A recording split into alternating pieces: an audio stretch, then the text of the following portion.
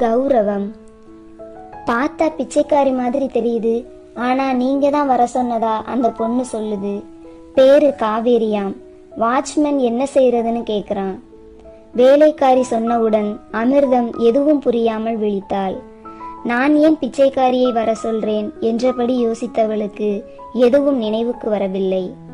நீங்க எழுதுனதா ஒரு லெட்டரையும் கையில் வச்சிருக்காளாம். லெட்டர் என்றதும் அமிர்தத்தின் மூளையில் ஒரு பொறி தட்டியது. வீடு முழுவதும் ஏசியாக இருந்தாலும் அமிர்தத்திற்கு திடீரென வியர்த்தது. இதயம் படபடவென அடித்து கொண்டது. வர சொல்லு என்றாள். வேலைக்காரி திகைத்து போனாள். இப்படிப்பட்ட மனிதர்கள் அவளுக்கு தெரிந்தவரை இந்த பங்களாவின் மெயின் கேட்டை தாண்டி இதுவரை உள்ளே நுழைந்ததில்லை. தன் திகைப்பை மறைத்து கொண்டு அந்த பெண்ணை அழைத்து வர போனாள். அவள் அழைத்து வரும் வரை அமிர்தத்திற்கு இருப்பு கொள்ளவில்லை. மேற்கொண்டு சாப்பிடவும் பிடிக்கவில்லை. அந்த பெண் சிறு குழந்தையாக இருந்த போது பார்த்திருக்கிறாள். இப்போது அவள் எப்படி இருப்பாள் என்று பல உருவங்களை மனதில் ஏற்படுத்தி பார்த்தவளுக்கு நிஜமாகவே பார்க்க போகிறோம் என்ற போது பரபரப்பாய் இருந்தது. அந்த பெண் தயக்கத்துடன் வந்தாள். ஏழ்மை தனது முத்திரையை அவள் மீது குத்தி இருந்தது.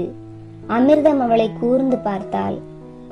களைந்த தலைமுடி, ஆங்காங்கே கிழிசல் தைக்கப்பட்ட வெளிரி போன சேலை, முகத்தில் லேசாய் கலவரம், கையில் ஒரு பெரிய பழைய துணிப்பை. காவேரி மௌனமாக கை கூப்பினாள். அமிர்தத்தின் வயிற்றை என்னவோ செய்தது. சமாளித்து கொண்டு வரவேற்றாள். வாமா, உட்கார். அந்த பெண் உட்காராமல் அவளையே பார்த்து கொண்டு சிறிது நேரம் நின்றாள். இருவருக்கும் என்ன பேசுவது, எப்படி ஆரம்பிப்பது என்று தெரியவில்லை. சுமார் 25 வருடங்களுக்கு முன் இந்த பெண்ணின் தாயார் இவளை வயிற்றில் சுமந்து கொண்டு இதே பங்களாவிற்கு வந்தது இன்னமும் அமிர்தத்திற்கு நன்றாக நினைவிருக்கிறது. அவர்களது கம்பெனியின் வெளியூர் கிளையில் அப்போது அவள் வேலை செய்து கொண்டிருந்தாள். மிகவும் அழகாக இருந்தாள். அன்று அமிர்தத்தின் மாமனார்தான் அவளிடம் கராராக பேசினார். அவன் பலாத்காரம் செஞ்சான், கல்யாணம் செஞ்சுக்கிறேன்னு சொன்னான்னு சொல்லி பிரயோஜனம் இல்ல.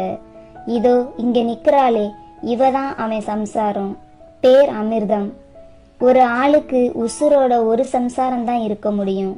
அதுக்கு மேல இருக்கிறவங்களுக்கு இந்த சமூகத்தில் பேர் வேற. என்கிட்ட சொன்னத ஊரெல்லாம் சொல்லிக்கிட்டு தெரிஞ்சேன்னு தெரிஞ்சா என் கம்பெனில பணம் கையாடல் பண்ணிட்டேன்னு உள்ள தள்ளிடுவேன். இனி இந்த பக்கமோ என் கம்பெனி பக்கமோ வராம என் கண்ணில் படாம தப்பிச்சுக்கோ. போவதற்கு முன்னால் அவள் முகத்தில் தெரிந்த வலி அமிர்தத்தை பல நாள் தூங்க விடவில்லை. விசாரித்ததில் அந்த பெண் ஒரு அனாதை ஆசிரமத்தில் வளர்ந்தவள் என்றும் அவர்கள் கம்பெனியில் வேலைக்கு சேர்ந்து ஒரு வருடம்தான் ஆகிறதென்றும் நிஜமாகவே ஒரு அப்பாவி என்றும் தெரிந்தது. கணவனுடன் 2 நாள் பேசாதிருந்தாள்.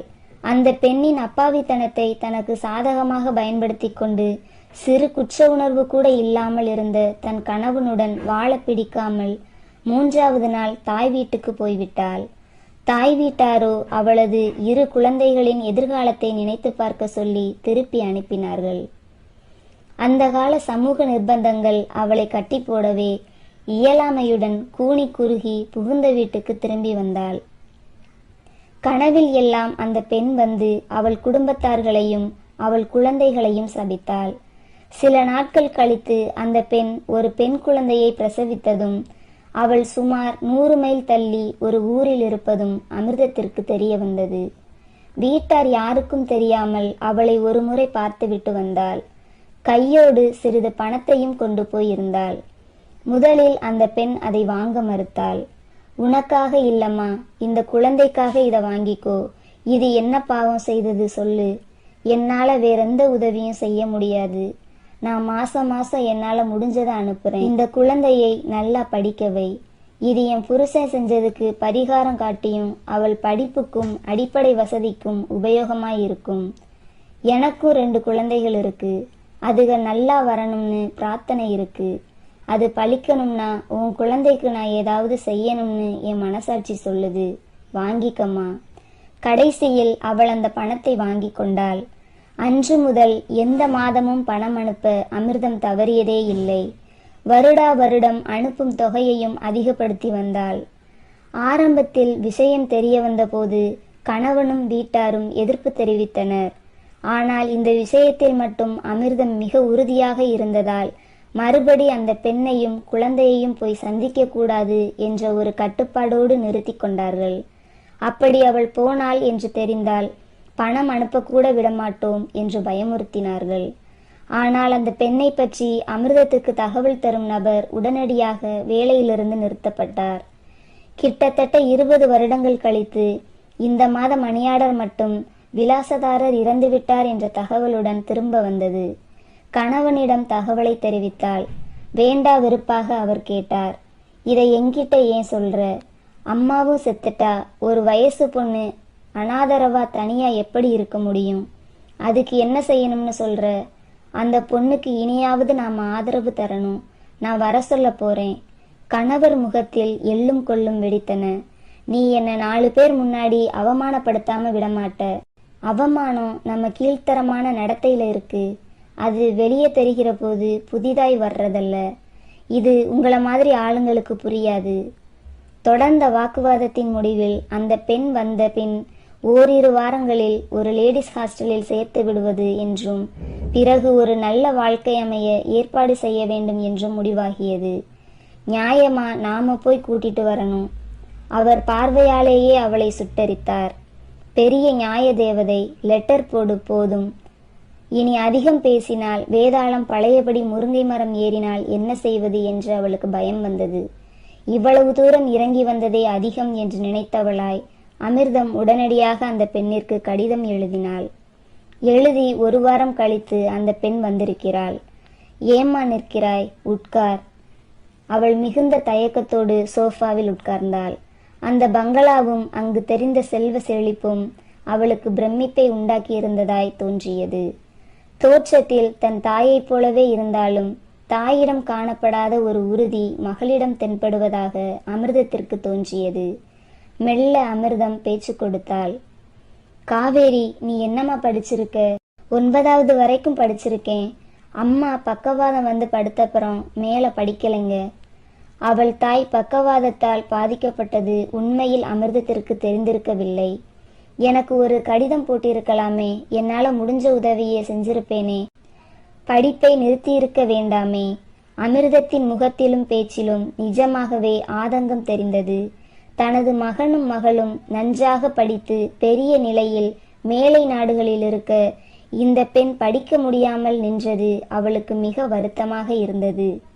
காவேரி பதில் சொல்லாமல் அமிர்தத்தையே ஆச்சரியத்தோடு பார்த்தாள். என்னம்மா என்ன அப்படி பார்க்கிற? உடனடியாக தன் பார்வையை விலக்கி கொண்டவள் தானும் பதிலுக்கு கேட்டாள். உங்க குழந்தைக என்ன படிச்சிருக்காங்க? தயக்கத்துடன் அமிர்தம் சொன்னாள். 2 பேரும் இன்ஜினியரா அமெரிக்கால இருக்காங்க. கேட்டு காவேரி சந்தோஷப்பட்ட மாதிரி தெரிந்தது. எப்பவாவது வருவாங்களா? வருஷத்துக்கு ஒரு தடவை வருவாங்க.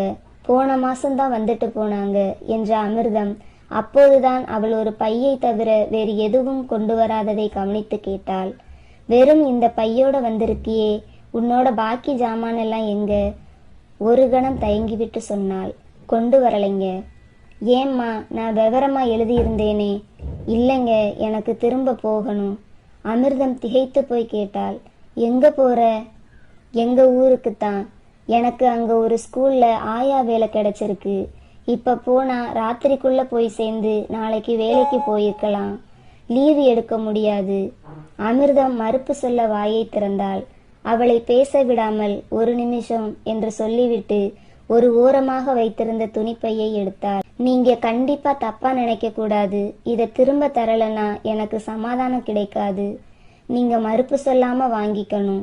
என்ன இது என்றபடி பையை திறந்த அமிர்தம் திகைத்து போனாள். உள்ளே கட்டுக்கட்டாக பணம். எனக்கு ஒன்னும் புரியல. இது நீங்க இதுவரை எங்களுக்கு அனுப்பிச்ச பணம். இதிலிருந்து ஒரு பைசா கூட நாங்க எடுக்கல. காரணம், அனுப்பினது நீங்கனாலும் இது உங்க கணவரோட பணம். அந்த ஆளோட பணத்தை எடுத்துக்க மனசு ஒத்துக்கல. எங்களை வேண்டாத ஆளை எங்களுக்கும் வேண்டாம். அவரோட காசும் வேண்டாம். எத்தனையோ நாள் பட்டினி கிடந்திருக்கோம். மருந்துக்கு காசு இல்லாம கஷ்டப்பட்டு இருக்கோம். ஆனாலும் இதிலிருந்து பணம் எடுத்து உசுரோட இருக்க மனசு பிரியப்படல. காவேரியின் வார்த்தைகளில் ஒரு பெருமிதம் இருந்தது. வந்த போதிருந்த பலவீனமான குரல் போய் இப்போது குரல் கண்ணீரென்றிருந்தது. நீங்க கேட்கலாம், ஏன் இந்த காசை அன்னிக்கே திருப்பி அனுப்பிச்சிருக்க வேண்டியதுதானேன்னு. பணம் திருப்பி அனுப்புனா உங்க மனசு சங்கடப்படும்னு அம்மா நினைச்சாங்க. அவங்கள தேடி வந்து பணத்தை கொடுத்து ஒரு பச்சை குழந்தை கஷ்டப்படாம வளரணும்னு நினைச்ச உங்க மனசு வருத்தப்படக்கூடாதுன்னு அம்மா என்னைக்கும் சொல்லுவாங்க. சொல்ல சொல்ல அவளுக்கு தொண்டையை அடைத்தது. சுதாரித்து கொண்டு தொடர்ந்தாள். இதை சேர்த்து வச்சு ஏதாவது அனாதை இல்லத்துக்கு கொடுத்துடலாம்னு அம்மா நினைச்சாங்க. பெருசான பிறகு நான் ஒத்துக்கல. யாரு பணத்தை யாரு தர்மம் செய்யறது, செய்ய என்ன உரிமை இருக்குன்னு எனக்கு தோணுச்சு. அதனால இதை திரும்ப தரணும்னு நான் பிடிவாதமா இருந்தேன். அம்மா இதை திரும்ப உங்களுக்கு தர்றது உங்களை அவமானப்படுத்துற மாதிரின்னு சொல்லி அப்ப தடுத்துட்டாங்க. ஆனா எனக்கு அப்படி தோணல. அதான் அவங்க செத்து போன உடனே இதை கொண்டாந்துட்டேன். நீங்க என்ன புரிஞ்சுக்குவீங்கன்னு நினைக்கிறேன். இந்த பணத்தில் உனக்கு உரிமை இருக்குமா? இது இனாம் அல்ல. இந்த பணத்துல மட்டும் இல்ல, இந்த வீட்லயும் என் குழந்தைகளுக்கு இருக்கும் உரிமை உனக்கும் இருக்கு. நீங்க என்னை இன்னும் சரியா புரிஞ்சுக்கலன்னு தோணுது. நான் பிறக்க காரணமா இருந்ததால மட்டும் அந்த ஆள் எனக்கு அப்பான்னு ஆயிடாது. எடுத்து பாராட்டி சீராட்டாத ஒரு மனுஷனை ஒரு தடவை வந்து பார்க்கணும்னு கூட தோணாத அந்த ஆளை அப்பாங்கிறதோ அவர் காசுக்கு உரிமை கொண்டாடுறதோ எனக்கு அருவருப்பா இருக்கு. அமிர்தம் மிகுந்த வருத்தத்துடன் சொன்னாள். நீ சொல்றது எனக்கு புரியுதுமா. ஆனா இத்தனை நாள் நான் கொஞ்சமாவது நிம்மதியா இருந்திருந்தேன்னா அதுக்கு காரணம் உங்க வாழ்க்கையை நான் கொஞ்சமாவது பண ரீதியிலாவது சுலபமாக்கி இருக்கிறேன்னு நினைச்சுதான். ஆனா இத்தனை நாள் இப்படி கஷ்டப்பட்டுட்டீங்களேம்மா.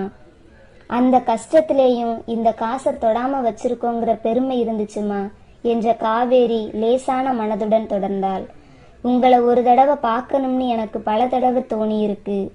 ஒவ்வொரு மாசமும் மறக்காம பணம் அனுப்புன உங்க நல்ல மனசுக்கு நானும் அம்மாவும் ரொம்பவே கடன்பட்டிருக்கோம். பொதுவா இந்த இரக்கம் எல்லாம் நாளாக நாளாக கம்மியாய் கடைசியில காணாம போயிடும். ஆனா உங்க மனசுல மட்டும் இன்னைக்கு வரைக்கும் இந்த மனிதாபிமானம் குறையல. உங்களை என்னைக்கும் மறக்க மாட்டேன். அமிர்தம் வாயடைத்து போய் நின்றாள். இந்த பெண்ணிற்கு இதுவரை உதவவில்லை, இனியும் உதவ இவள் அனுமதிக்க மாட்டாள் என்ற உண்மை உரைத்ததால் அவள் மனம் கனைத்தது. அவளது களங்கமில்லாத மனதில் தோன்றியது அவள் முகத்திலும் பிரதிபலித்திருக்க வேண்டும். அவளது எண்ணத்தை புரிந்து கொண்டவளாய் காவேரி மனம் நெகிழ்ந்து போய் சொன்னாள். நீங்க என்னை பத்தி கவலைப்படாதீங்கம்மா.